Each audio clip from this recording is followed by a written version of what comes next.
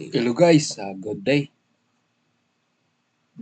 So, unsay mga dapat buhaton bago ka mag-trade?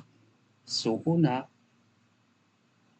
ang atong buhaton ato sa tan-awon ang mga news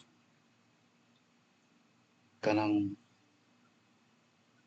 kining wika. So, example, kaning week naay mga news usaw nato gibalo, asa natong kakit-an.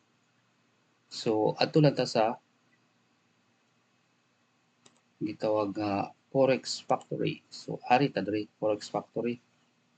So, makita nimo diri tanan ang mga maabot nga news. So kinahanglan mo pud nimo ni bantayan jud. Og di ka kabantay ani, nya blind kay ka, ayari pod wipe out sa ka. So ang imong buhaton, mandaan ni nimo kaning mga dates sa kaning mga oras sa ako gibutan diri Philippine time ani 9:40. So kani Philippine time ni siya. So Monday morning bantayan NCD. So naay CPI NCD. So sa Monday usara o sa nya karong Tuesday alas 8:30 sa gabii sa tuwang oras ato ning bantayan Canada. So Canada na siya CPI. Next naman Tuesday pagka Wednesday October 22 alas 2 naman sa hapon. So GBP. So Great Britain CPI naman. Imo ning bantayan yun. Hangtod sa Friday sa Thursday wala. So Friday na ay Euro, GBP, USD, so US dollars.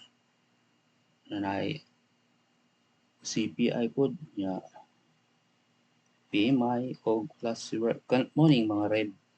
So bantayanan nimo kay magkusog man kay mo dagan ng presyo ani basta inig ko sa time imo nang bantayan di sa ka mag-trade ani. Inig kahuman ani niya sa oras kung unsay movement niya mao pa ka mag-trade. So mao lang siya mga ka-trade. So mao na yung tanda na to. Ato ning bantayan niya imo i-take note ning mga pairs o unsay news nga mogawas magbantay jud ka na kay sigurado para dili ka ma-wipe out. So mao ra na mga ka-trade. Bye-bye. Salamat sa panood.